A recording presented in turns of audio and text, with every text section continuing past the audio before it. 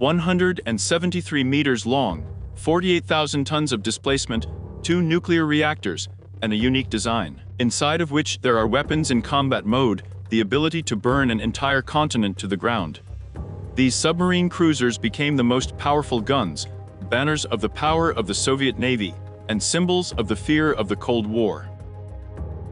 Today, we are waiting for the legend of nuclear leviathans. By the end of 1960s, nuclear parity between the United States and the USSR was fully formed. It was obvious to each side that any attempt at a preemptive strike against the enemy would inevitably lead to a retaliatory strike, the result of which would be complete mutual destruction.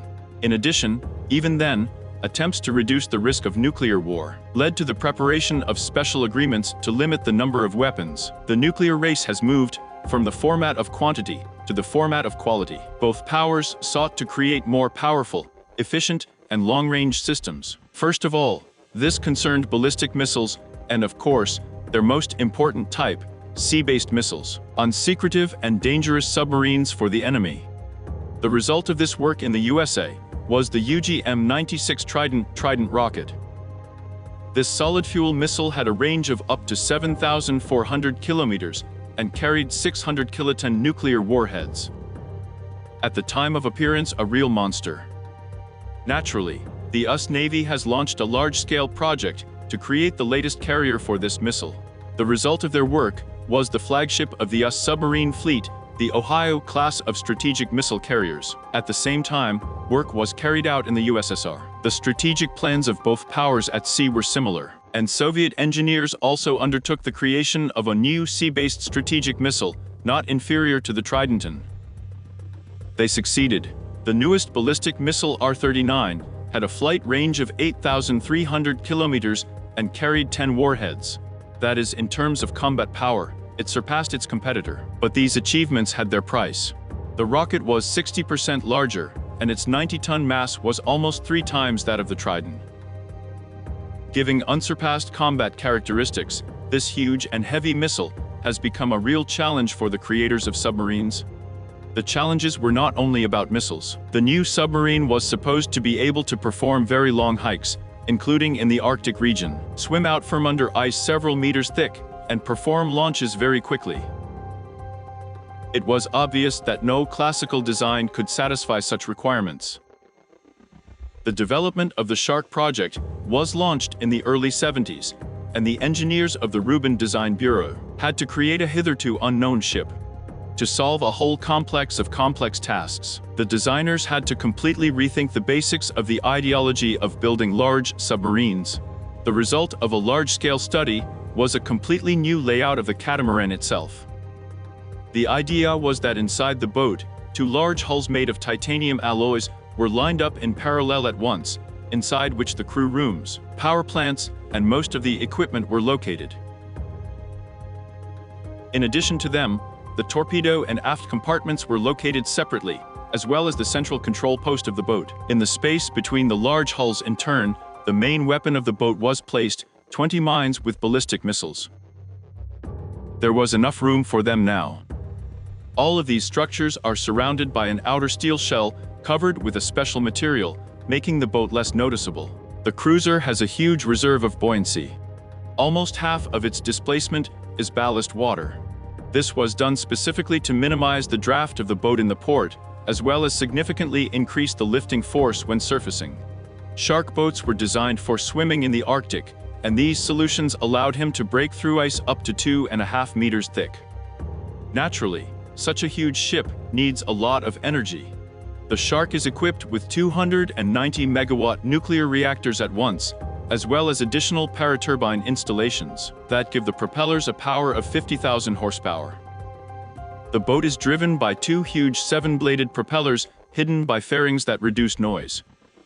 They are able to accelerate the Giant to speeds of 25 knots, or 46 kilometers per hour. Naturally, the huge size of the boat and its new layout also affected the working conditions of the crew. Due to the large internal volume, it housed a lounge, a gym, a swimming pool, a sauna, and other incredible bonuses for the submarine fleet. The crew and officers are housed in cabins of fairly high comfort. As a result, The sailors began to call these boats floating hotels. Thanks to this, as well as a large number of other solutions, sharks are able to perform combat trips lasting for 6 months. The security level was also very high. Due to the placement of compartments in separate buildings, the probability of death is minimal, even when receiving very serious damage. For example, according to experts, the explosion of the torpedo that destroyed the Kursk submarine by a Shark-class cruiser most likely would not have caused serious damage. In addition, in 1991st year, on one of the boats of this class, Arkhangelsk, there was an explosion of a training rocket in the launch shaft. An accident and a fire capable of destroying an ordinary submarine became an unpleasant incident for the Shark, and the reason for returning to port for repairs. In the event of a disaster with the risk of loss of the boat, there are 2 rescue chambers on board, allowing for the rapid evacuation of the entire crew of, on average, 160 people. Now, of course, the main tool of this Leviathan. Shark-class submarines are capable of carrying up to 20 R-39 ballistic missiles. Being the largest and heaviest sea-based missiles in the world, these missiles are equipped with 10 individually guided warheads, with a capacity of 100 kilotons each. The boat is capable of launching all missiles with a volley, even at a depth of 55 meters, and bring down 200 atomic bombs on the enemy at once. A serious reason to refrain from attacking the host country of such a boat. Later, the missiles were upgraded, and already in the 21st century, the Sharks became the main testing site for the latest Bulava naval missiles. Of course, a boat of this size should not conduct close combat with ships and other submarines, but in this case, the Shark still received 6 torpedo tubes capable of firing conventional torpedoes or special rocket torpedoes. For the production of ships of this size, the Sevmash plant had to be significantly modernized. A new building was built especially for them, which became the largest object of this type in the world. 6 football fields can be placed on its roof, and the height and interior space would allow you to safely build a 20-story building inside. It was there that the first heavy cruiser K208 was laid down in 1976 year, and in 1980, it was launched. At the same time, an image of a shark appeared on its board, which gave the name to the entire class, and the NATO classifier gave it the name Typhoon. The construction of the boat was carried out at such an intensive pace that it entered sea trials. Already in July 1981st year, overtaking its American competitor, the Ohio submarine, by 1 month. Already at the end of this year, the cruiser entered service with the Soviet Navy. In total, in the period up to 1989th year, the cold northern waters saw 5 more ships of this type. The operation of the boats was very intensive, and they showed their best side. In 1987th year, the 3rd board of the family, the submarine Simbirsk, went on long duty in the Arctic. The boat spent almost 6 months at sea, and during this time, even managed to change the crew. The replacement was delivered to her on an icebreaker. Swimming, of course, has not always been easy. In 1986th year, Simbirsk collided with a British submarine, but both boats were not seriously damaged. In 1991, a rocket explosion occurred on the Arkhangelsk submarine, which I have already mentioned earlier. Well, back in the mid-80s, one of the boats got caught in fishing nets. What can I say? No one has ever managed to catch such a big shark before. And of course, the Sharks were the authors of probably the most epic and very creepy pictures of multiple launches of ballistic missiles when the boat released all its ammunition almost at once. Although there was no apocalypse, the launches involved the disposal of weapons, and the missiles were detonated in the air. Shark submarines were a terrible weapon, and along with their brothers in the class, the Ohio submarines, they were considered real symbols of the Cold War.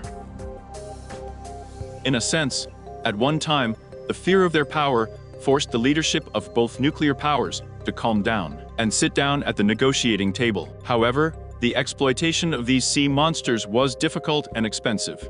The collapse of the USSR and the almost complete lack of funding for the Navy nailed the Sharks to the shore. Over the following years, most of the ships were withdrawn from the fleet, and some boats were disposed of. For the 2017 year, there is only one giant in the ranks, which has undergone modernization and received the name Dmitry Donsko. It is this boat that is the main platform for testing new weapons, primarily Bulava ballistic missiles. Probably, by the mid-20s, all sharks will retire, ceding the title of the main marine nuclear predators to a new generation of Leak series missile carriers, more modern and efficient, but smaller in size. The world will probably never see such sea giants as the nuclear submarines of the 941 Shark project. They fulfilled their duty by showing the terrifying power of the nuclear fleet and did not allow anyone to use this power. And now, sharks will take a well-deserved place in the history of shipbuilding, navigation, and military affairs.